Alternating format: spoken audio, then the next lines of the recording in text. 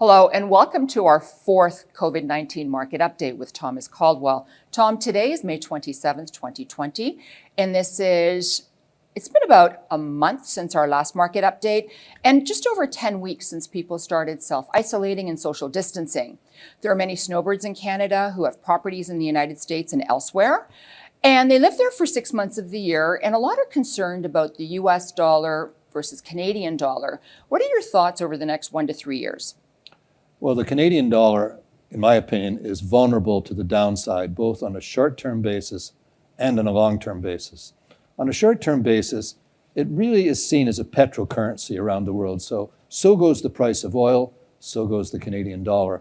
The challenge in the energy area is clear in that you have pricing pressure, a market squabble going on, and a lot of anti-hydrocarbon pressure groups going on. So it's a terrible business, and that affects the Canadian dollar, short term. Longer term, Canada's a trading nation, and world trade is going to get way tougher than it's been. Globalism is no longer on the sheets. America is isolating. China is very, very hostile to Canada at the present time.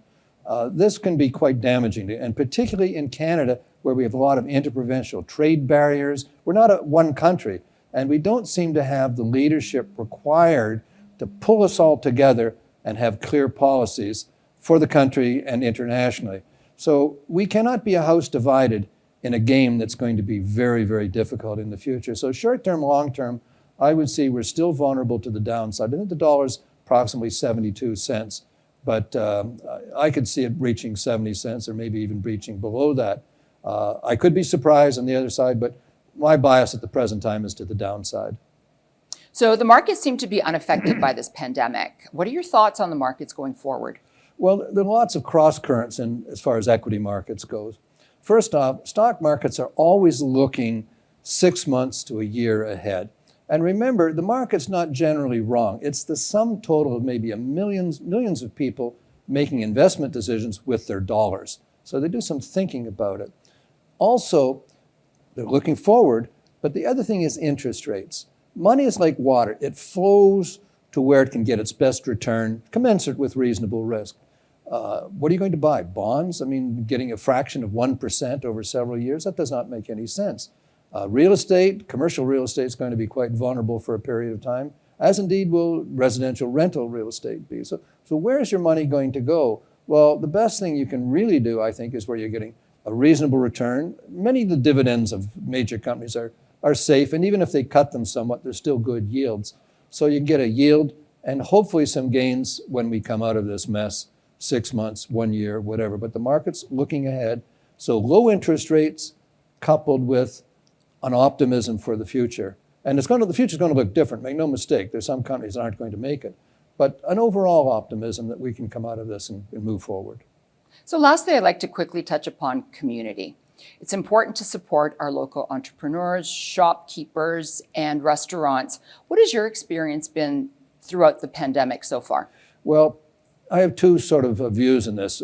My wife is staying at our house in Niagara-on-the-Lake, and it's quite interesting. Some of the shops are open there. They're open on a controlled basis. I don't know if you can make much money at it, but what is interesting for us on a personal basis is almost all of the restaurants are providing takeout service. So it's really quite neat. What we find if I'm taking my wife to dinner, well, we stay at home, but I call one of these restaurants, I pick up the dinner, a very nice dinner at the front door, and then we go home and have it in our home.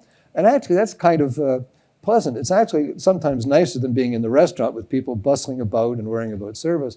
So, maybe going forward, that might be one of the strings to the bows of restaurateurs where you provide, even if you're a higher end restaurant, providing a takeout environment. It may actually open a market. It might mean you don't use the same space, but it can open a market that higher end are providing takeout. So I think people adapt.